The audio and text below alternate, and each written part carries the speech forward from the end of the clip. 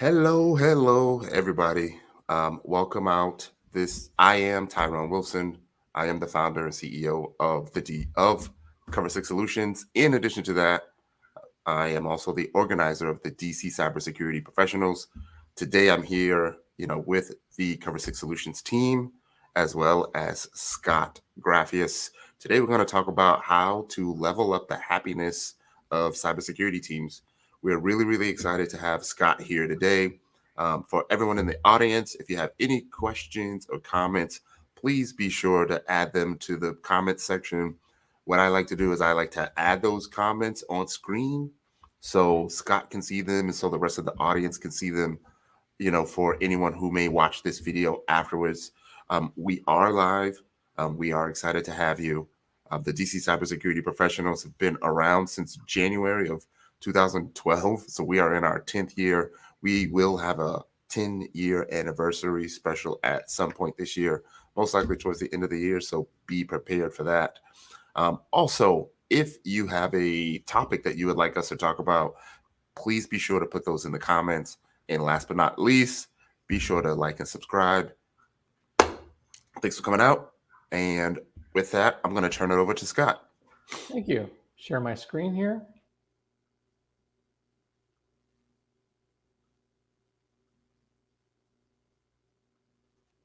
And I'm going to do one final check, Tyrone, just to make sure that my slide is full screen or close to it.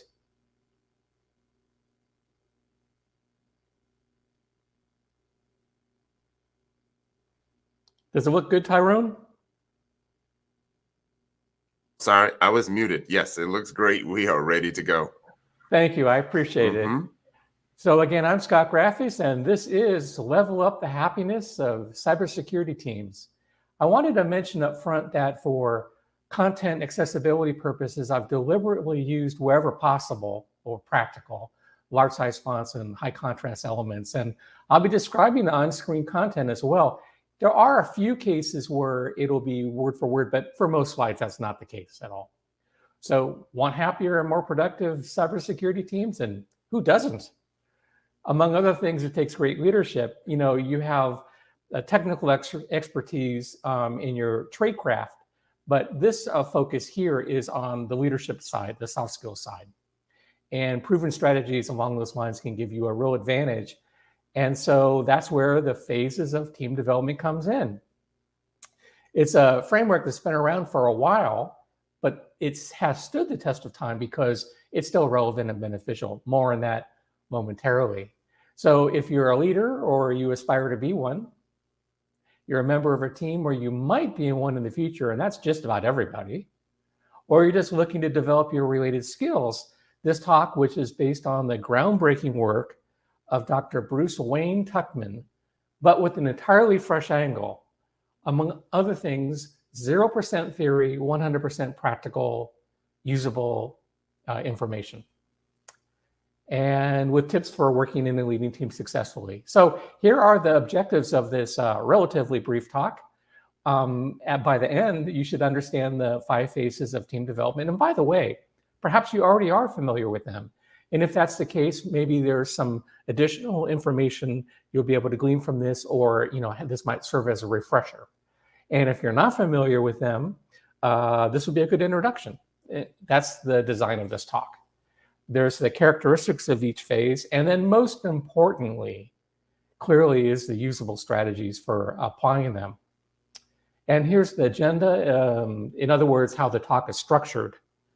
So first is the introduction, objectives, and agenda, and we're nearly done with that. There's some information about me as it relates to my background in this talk, quickly. And then we move into the main portion of the talk, which is the 5 phases of team development. And then a quick wrap up with a optional digital download takeaway, Q&A, and feedback. So here's some information about me for background, quickly.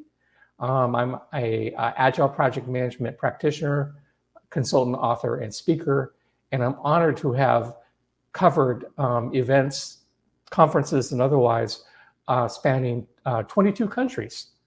And with COVID, some of those have been virtual, but a combination of virtual and in-person.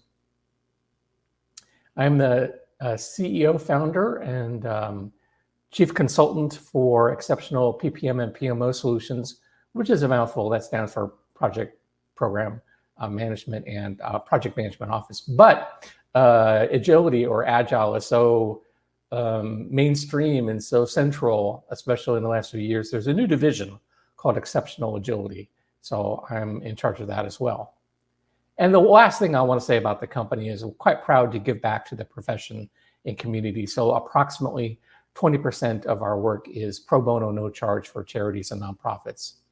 And I'm a member of the IEEE and other technical professional associations, and have 8 different credentials: Agile, Scrum related, ITIL, Lean Six Sigma, and Project Management Professional. And my background spans entertainment, government, R&D, and much more.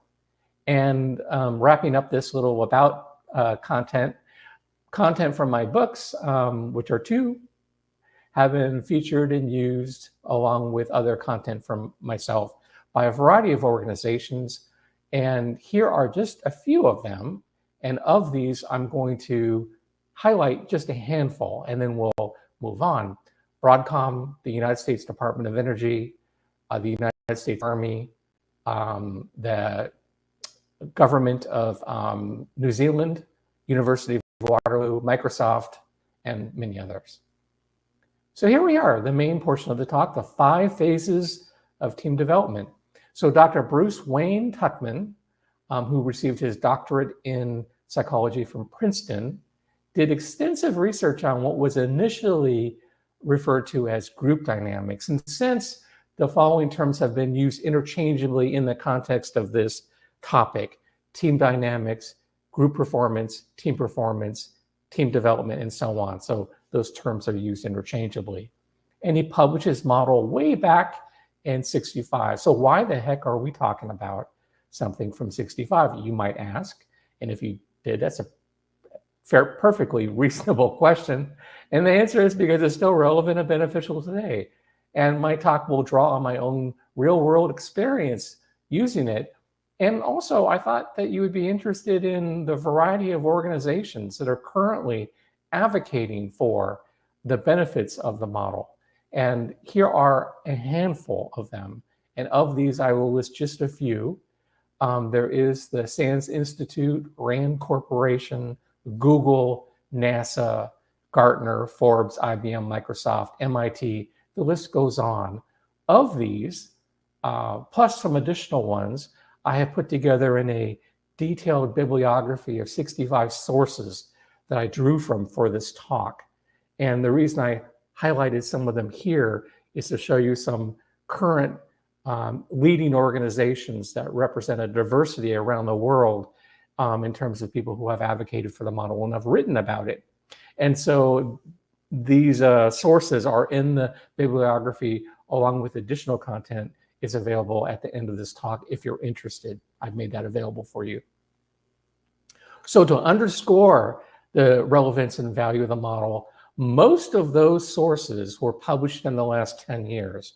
I say that because the model came out in 65, right? So I wanted to give you the sense that it's still being talked about. Furthermore, many of them have been published in the last year. So when it comes to models, though, usually one of the best ways to navigate them is to put them first into some sort of a visual context. And so that's exactly what I've done here for the phases of team development. But for me, at least for this talk, clip art just does not work. There's no clip art.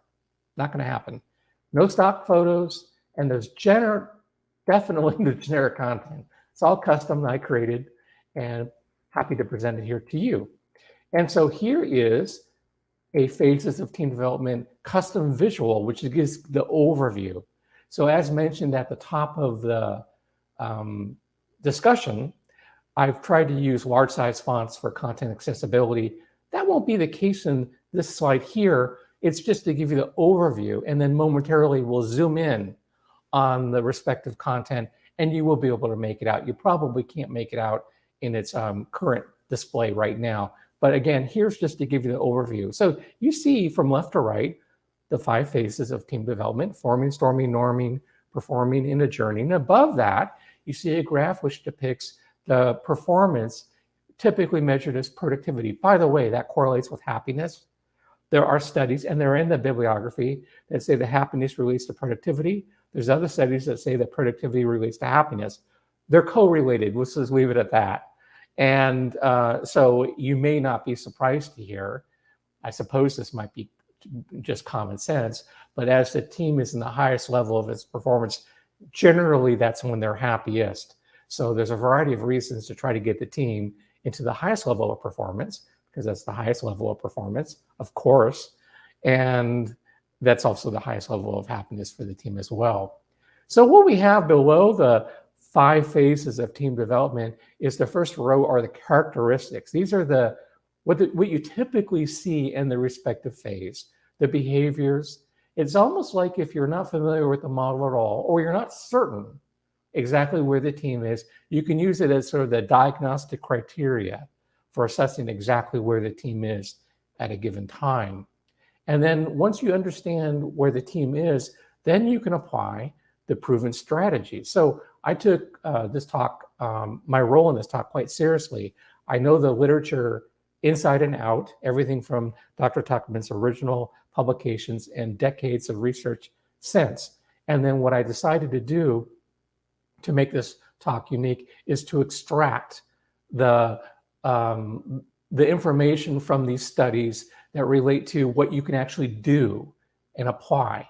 You know, some publications talk about how great the model is and that it should be used, and that's great, and it's sort of directional and it's sort of reinforcing, you know, the value of the model.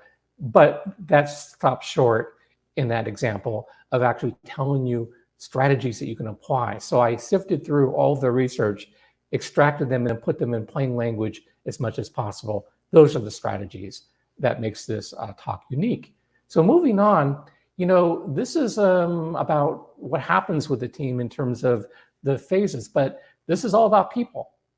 And I wanted to also have a visual to represent people.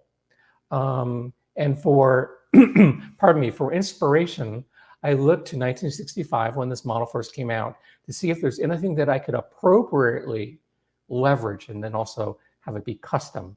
And I didn't find anything that really resonated, or in 66, 67, 68. But in 1969, these characters were created. Now, of course, what you see visually here is a custom photo I took of collectible figures. This is the modern incarnation, the Lego version of these characters. But these characters were created in 1969. And since the dog talks on the cartoon, I made them part of the team. So there's 5 people on this team. So the talk is quite serious in terms of its importance and value, but I try to have this be as lightweight and fun as possible. This is my way of doing that. And you'll have to let me know if that worked out or not at the end. So here we are, on to the 5 phases of team development in detail. First up is forming.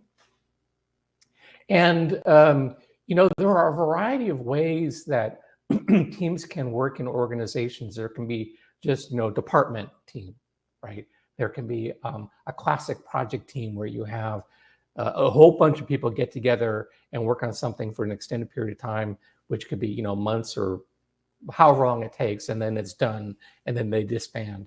There could be sort of agile scrum where there's 2-week iterations. There's sort of DevOps, which is sort of more continuous. This model is agnostic in that it applies to all of those scenarios.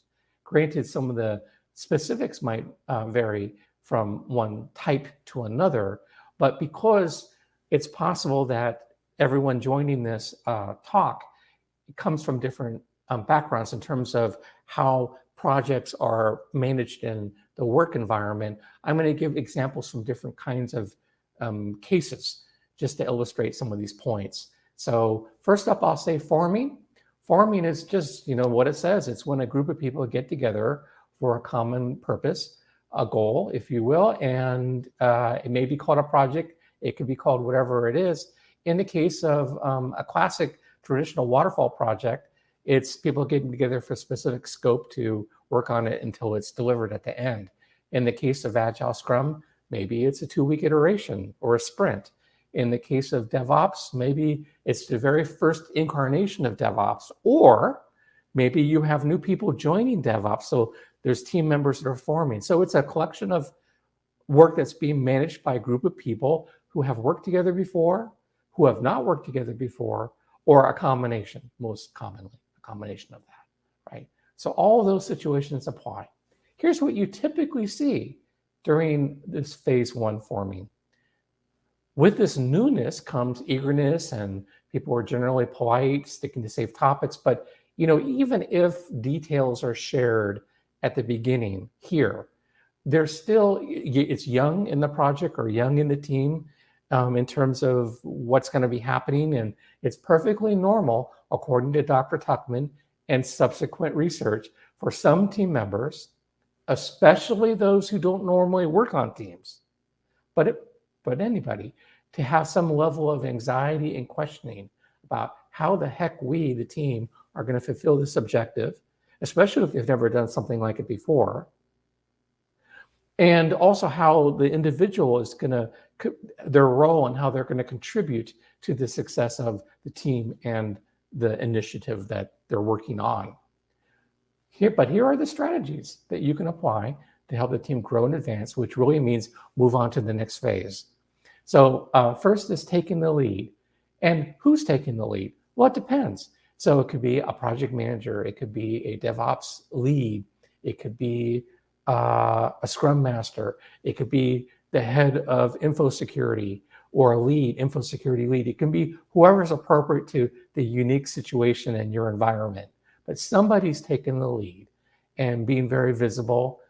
Facilitating introductions, this I found not to be surprising. I don't know about you, but the more people you have on the team who haven't worked together before, the more valuable doing introductions is. The literature does talk about that. But even if people have worked together before, there is value, according to the research, of spending, doesn't have to be long, say 5 minutes at the beginning, just to kind of reintroduce people. It can be an icebreaker. Maybe you don't do icebreakers, that's fine. But introductions can be quite helpful, especially if you have people who haven't worked together before. It's very common to not know everything at the very beginning of a project or a team when they're joining for the first time. But if there is information that is known, it should be shared up front. For example, if it is a classic project, and let's just say hypothetical. The hypothetical is this project needs to be completed by November 1st, right? If that's true, well, you want to know that now. You don't want to know about that next month.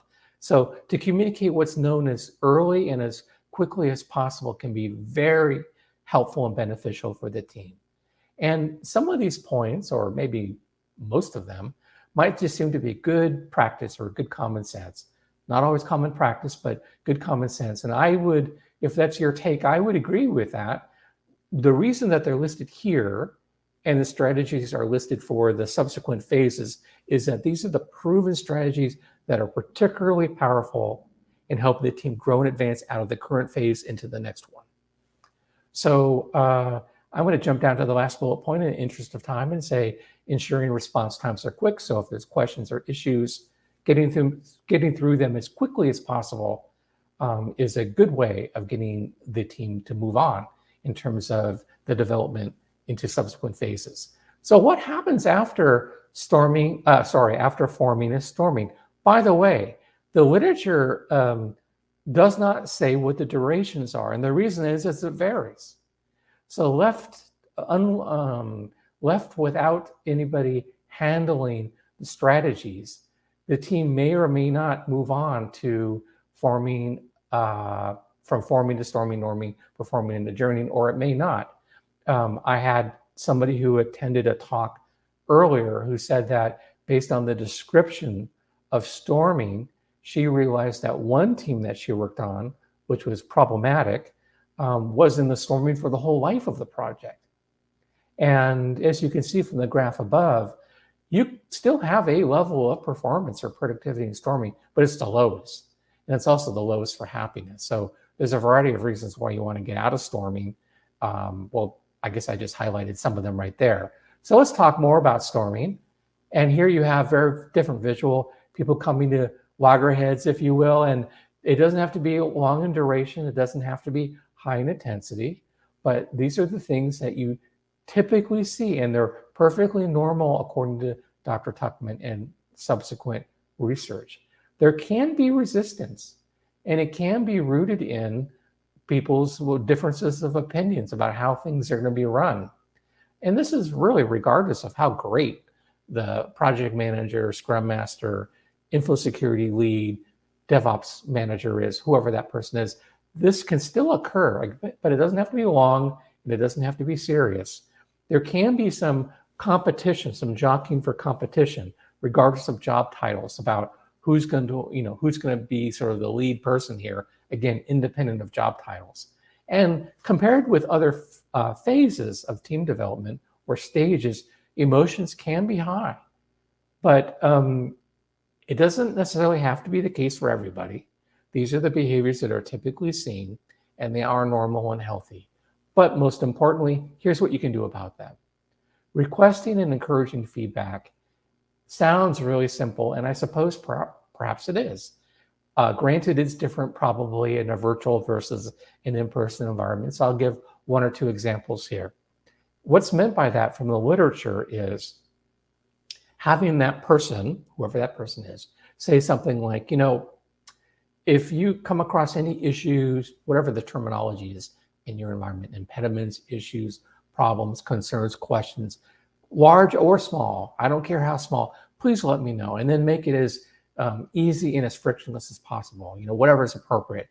Come to my office, or send me a text message, or send me an email, or let's jump on a Zoom call, or whatever it is. Make multiple ways for people to easily provide you feedback.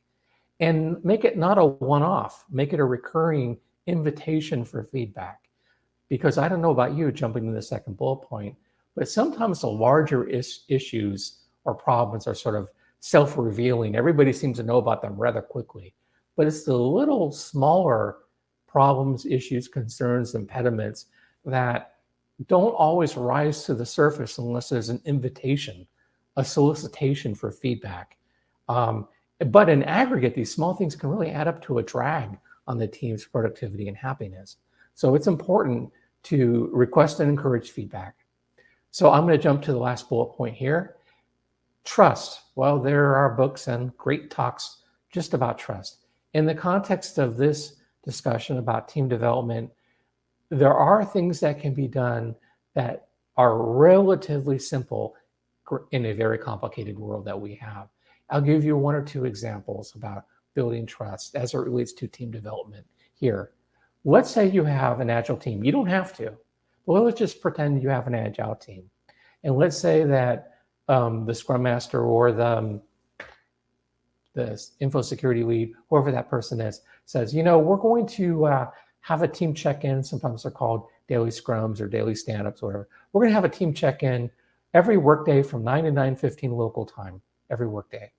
And we're going to talk about, whatever the format is. Usually it's something like, what did you do since the last meeting? What are you going to do in the new day? And any issues or impediments. But it can be whatever format you like, right? So the point is that you have that expectation that there's going to be this daily stand-up meeting. And then listen, things happen in the world, and maybe a meeting gets canceled. That's not really what I'm going to talk about momentarily. But it's this.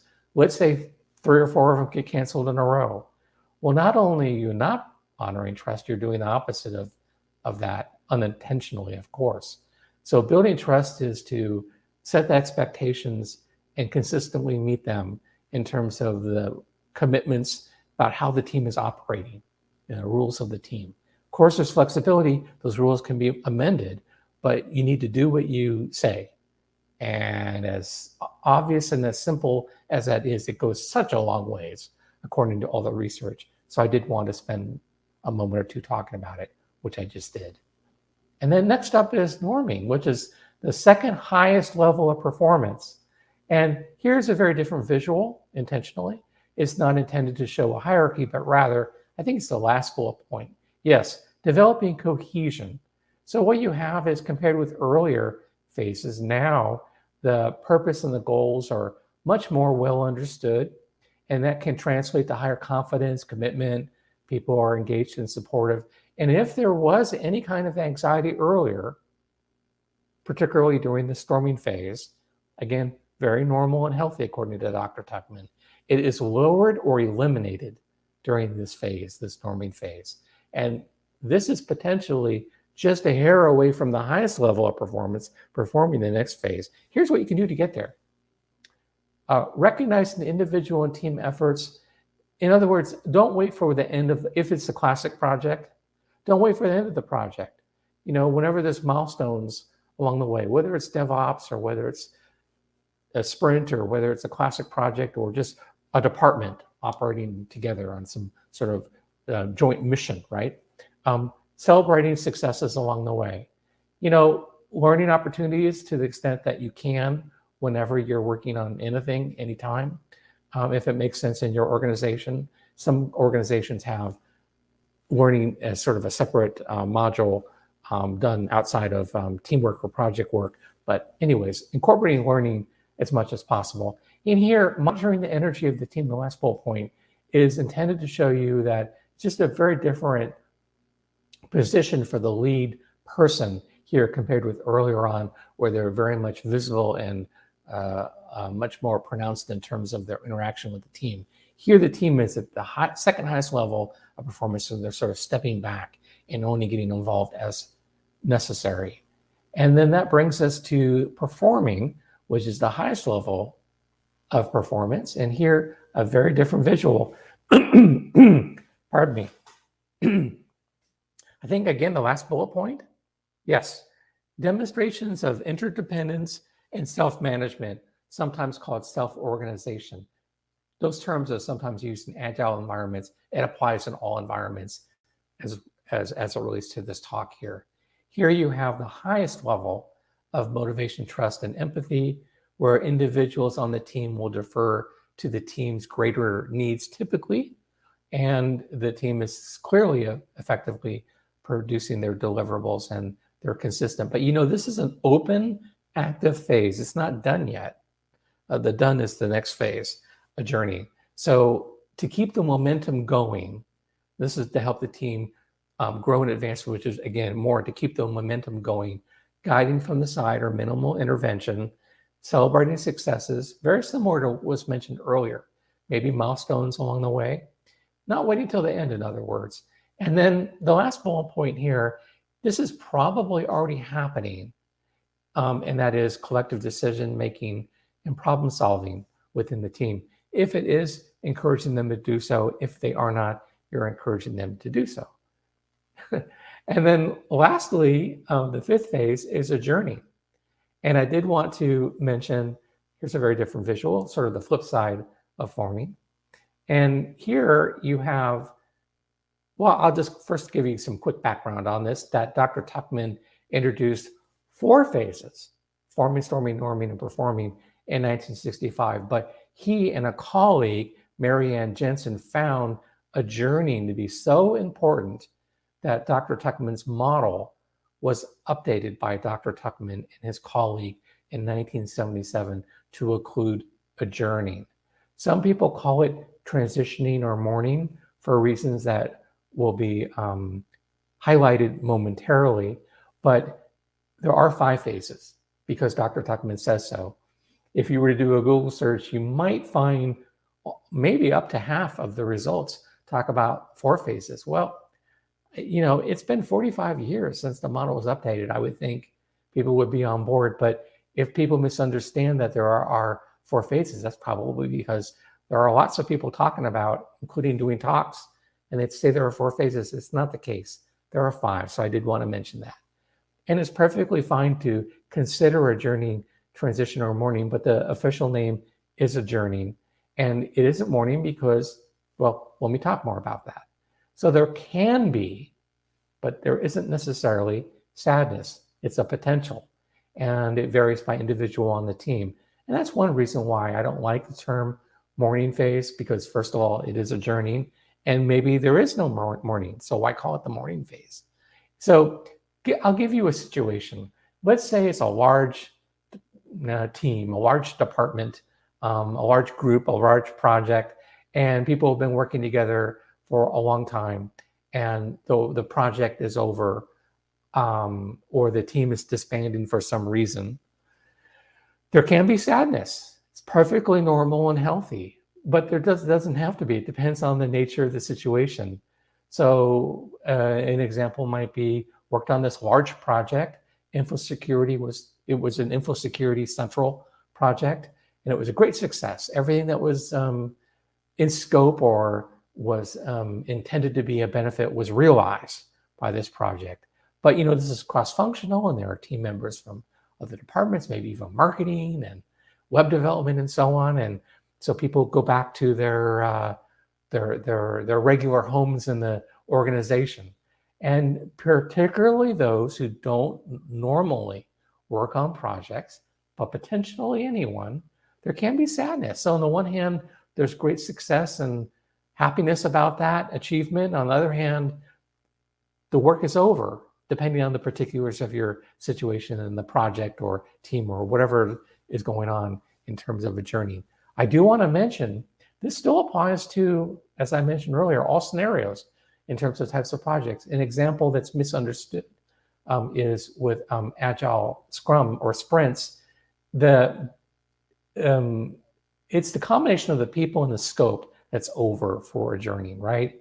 So even if the same people are going to continue to work together, the particular scope that they were working on is done.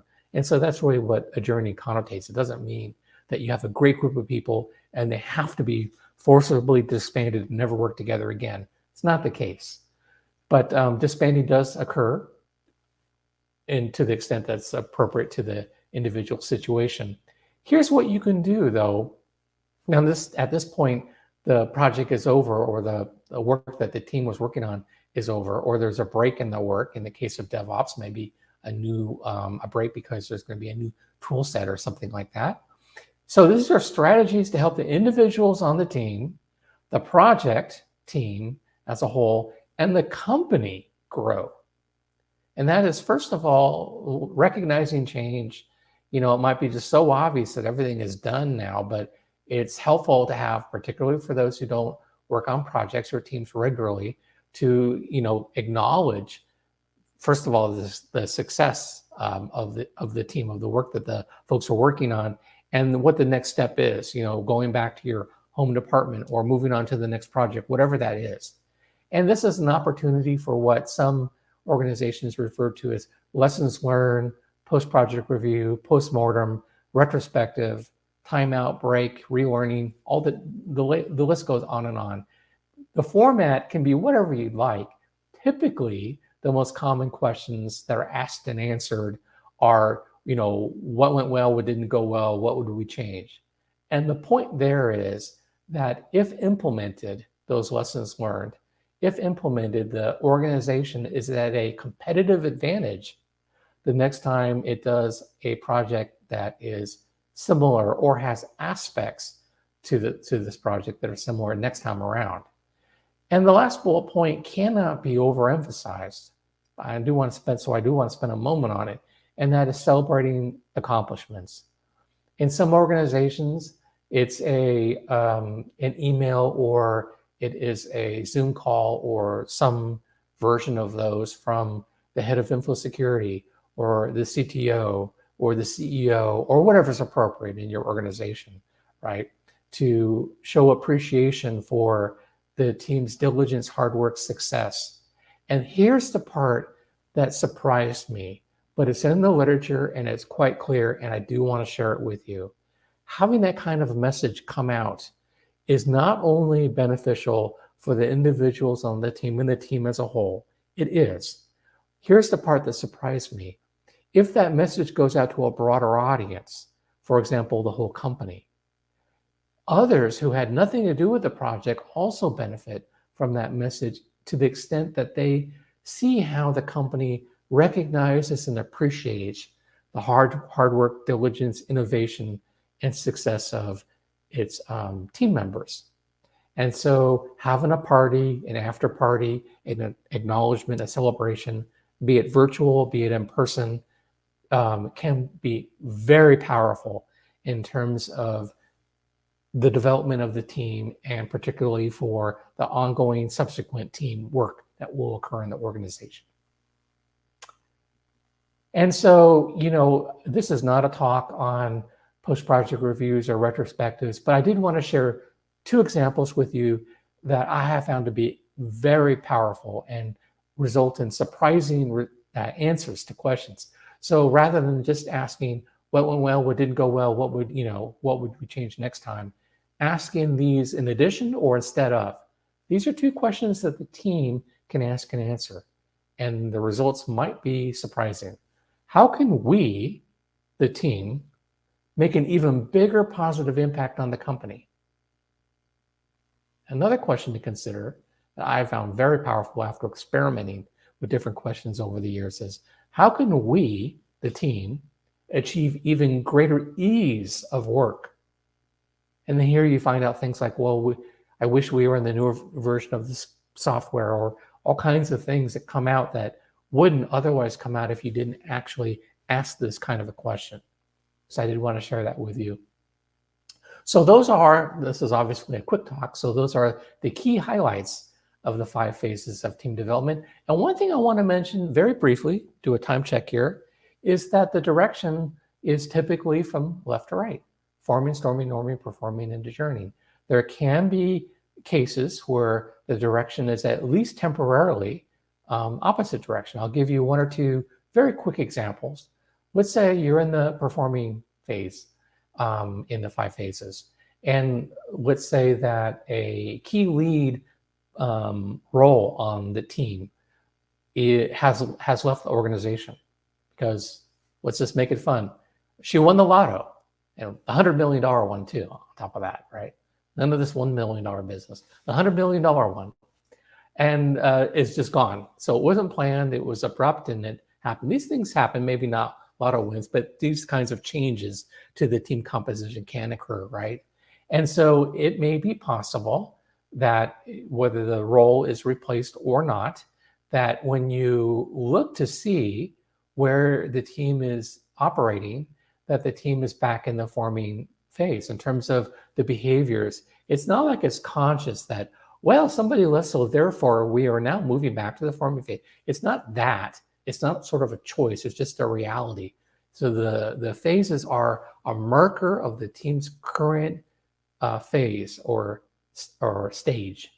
And so it's very common for the team to, in terms of how they behave and how they work, they're back in the forming and storming phase. The good news is once you're in the performing phase, that it's much faster and easier in general, according to the literature, to get back to performing again.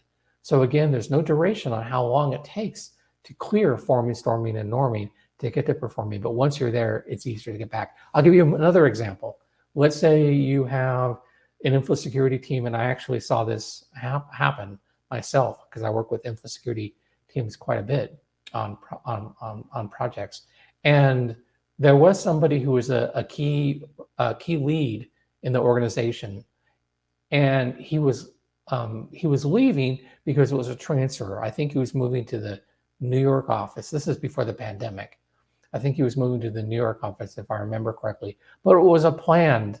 It didn't come out of nowhere. It was planned, and so there was a plan in place where somebody else in the organization was sort of shadowing him and learning exactly, doing a little bit of knowledge transfer, and was already kind of participating on the project and could slip in and certainly not replace him. Nobody can ever replace you, right? But could slip in and the team could continue on in its performance. So it was still, when you look at the behaviors, they were still in the performing phase, even though somebody left.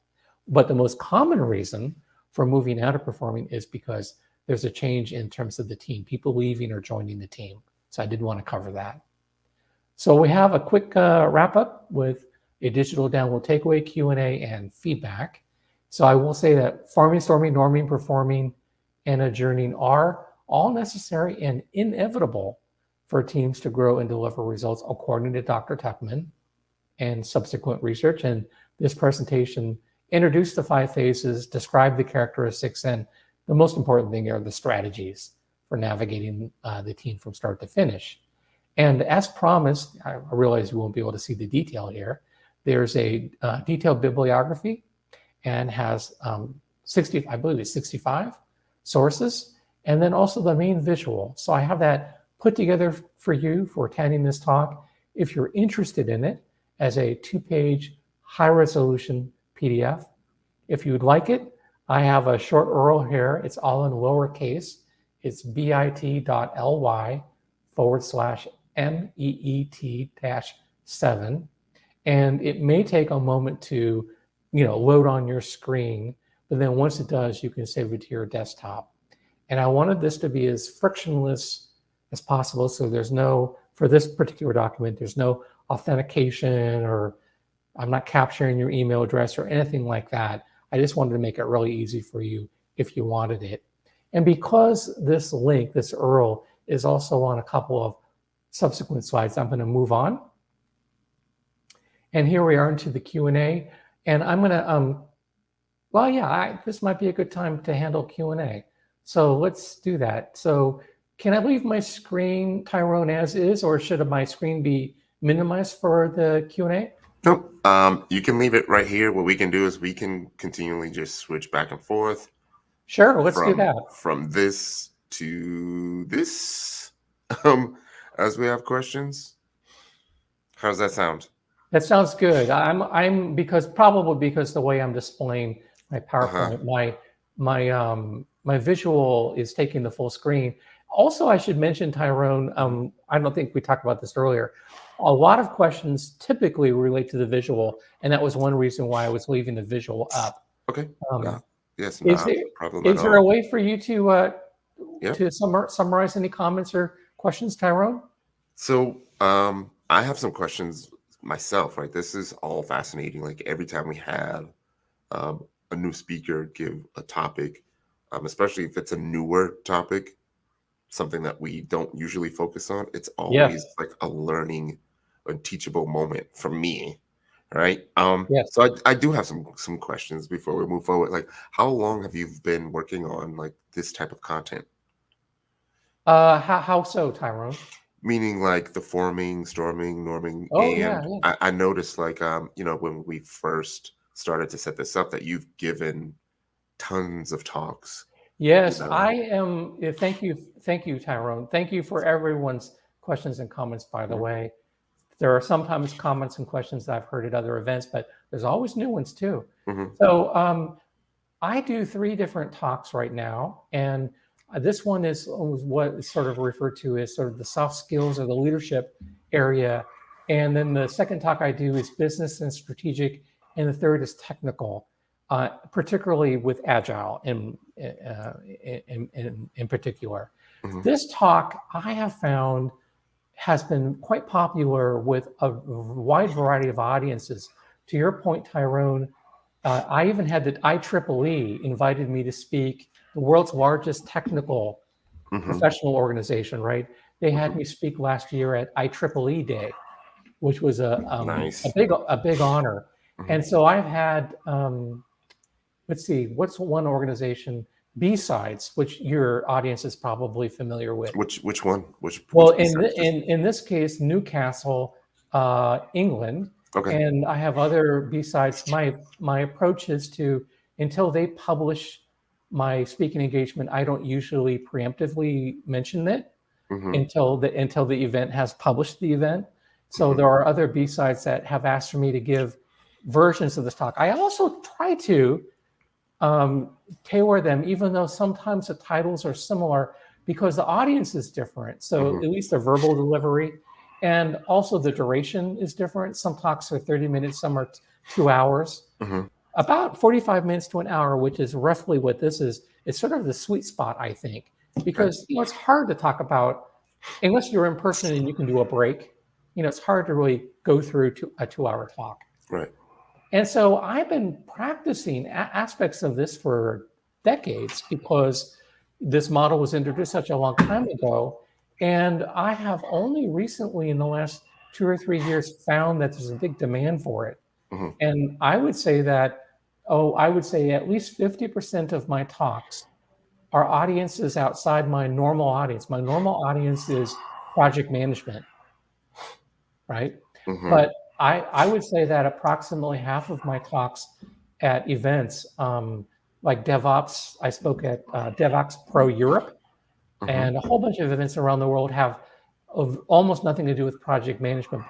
But because leadership and soft skills really apply to all kinds of environments, there's been great interest in from InfoSecurity and other types of conferences. Nice. So what are some of your future plans when it comes to either talks or goals or things that you would want us to look out for something that you are going to be participating in? So what I have here, it really relates to, adapting to the changing business environment. As mentioned earlier, my firm is Exceptional PPM and PMO Solutions, and then our special division, Exceptional Agility. And part of what we do is talks. And talks are about 20% of our work is pro bono, no charge. And the remainder is, client engagements. So people hire me sometimes they hire me to come out and do in person or virtually, sort of like a half-day workshop version of this talk, or some of the other talks that I do, or they want a custom talk from scratch. So I'm currently talking with, this is rather typical, a big company who wants me to do a customized version of this talk for them as a 6-hour workshop in person. Oh, They wow. want me to come out because they're kind of they're in California, and the COVID restrictions are lifting area by area, and they want one of the first meetings to have to be a meeting to talk about this, and they want to pay for a total custom presentation. So these are the kinds of things I do, but I do consulting, and I have 2 books, and so I do a whole bunch of things. And Nice. I did 40 talks last year. I planned on doing 20, but I did 40. And I plan for this year to do about 10, but I've already done 10, and the year is still young. So I roll with the punches, as we all do, and that probably includes InfoSecurity as well. Just constantly honing your skills, and when new opportunities come along, being open to them, and then assessing them case by case and deciding what you're going to do. Nice. We have a question from Alex, who's on my team, saying the problem that he has on teams is a lack of communication, especially between the lead and the rest of the team. For example, what does the team do when the team lead is not a good communicator? Well, there's in this situation, and of course I don't know the details, right? So this is sort of a very high level response. So please take that into consideration as it relates to my answer. But I'm reflecting on my own experience, and also from Dr. Tuckman's research and all the research since. The first thing is the communication is a very important skill, and maybe not to change the current lead of the team, but maybe next time picking somebody with that as a skill, as a core skill. But I would say from a more realistic, practical, and helpful approach is coaching that person, right? That person's manager, maybe it's somebody in another department, maybe it's training. One thing that I have found at most companies I work for, when I've been a member of staff, so I'm currently a consultant, but when I've been a member of staff, is training, right? And training is typically, granted, sort of the technical training, but somebody should reach out and say, that's great, and maybe I split the difference and say, I'm going to go to one technical training or conference, but I'm also going to do a soft skill leadership training, right? And it could be from an unexpected source. It could be from maybe the American Management Association or some other type of organization. That is really the approach I would recommend on a go-forward basis. But communication is written and it's verbal, and having somebody have examples that you can share with that person of things that have worked in the organization. Here's a model for you, not to copy really, but kind of make your own, right? For you to incorporate into your practices. So if somebody's not a great communicator, but they want to learn, they're open to learn, they have the open mindset, let's do that. And if for some reason it's just not working out, in an absolute worst case scenario, not that I recommend it, maybe the next time around there's somebody else who's best suited for the role. Uh-huh. I hope that helps. I'd say it did. I'd say it did. There wasn't a follow-up question from Alex. We are closing in on the time. Yes. So I did want to thank you for coming out. I wanted to thank everyone in the audience for joining us. We'd love to have you again. If you can fit us into your very busy schedule, if you need one more talk to get to your goal, if you're not there, Yeah. And let us know. Tyrone, I have, and I know we're wrapping right now, I have 2 final slides. They're very fast. Okay, go And ahead. so I wanted to say that this was mentioned earlier without comment from myself, that if you are open to giving feedback, retrospectives aren't just for projects or Mhm. teams, they're also for talks. And one way that I know that it's working or not working is your feedback. If you're open to doing so, this is a Google form. Your name, your email is optional, and what did you think? It's bit.ly/YES-7. And because it's also on the last slide, which is this one, I'm going to move on and say in closing that I hope you're able to leverage these proven strategies to help the teams and your own happiness, productivity, and success. And thank you, Tyrone. Yeah, no problem at all. I put that in the comments, so it's there forever. Even if they don't watch the video, um, they will be able to see it. Thank Um, you. so again, would you like to provide just one last time, who you are, how people can find you, and if there's any last words for the people who are listening? Sure. If you'd like to connect, I love that, but it's on your terms, right? You Mhm. decide that. And so one way you can do it, there's several ways. One way is if you do the take advantage of the download, the 2-page high resolution PDF, which is at bit.ly/MET-7. In the footer of that PDF is some contact information like my website and my LinkedIn and my Twitter and so on. That's one way you can reach out to me and connect. Another way is you see here on screen, my website is scottgraphics.com, and you can see the spelling there on screen. And Mhm. from there, of course, you can access those social accounts as well as email. I have also found that approximately 10, 20% of the questions I get are after events from people, right? Because Yeah. in the real world, things happen, and maybe something that didn't occur to you during the talk happens later on. And so I'm happy to get your questions or comments after the event. And then lastly, I'll say that if you're open to doing so, please do share your feedback at bit.ly/YES-7. Thank you very much. Will do. Thank you. Thank you, Scott. Thank you, everyone, for joining us. And we will announce our very next meetup next week. There's a strong chance that it's going to be me. We'll talk about how to set security up in the cloud so we can gain some hands-on cybersecurity skills. So with that being said, thanks again, everyone, and we look forward to seeing you all at the next virtual meetup. Have a great day.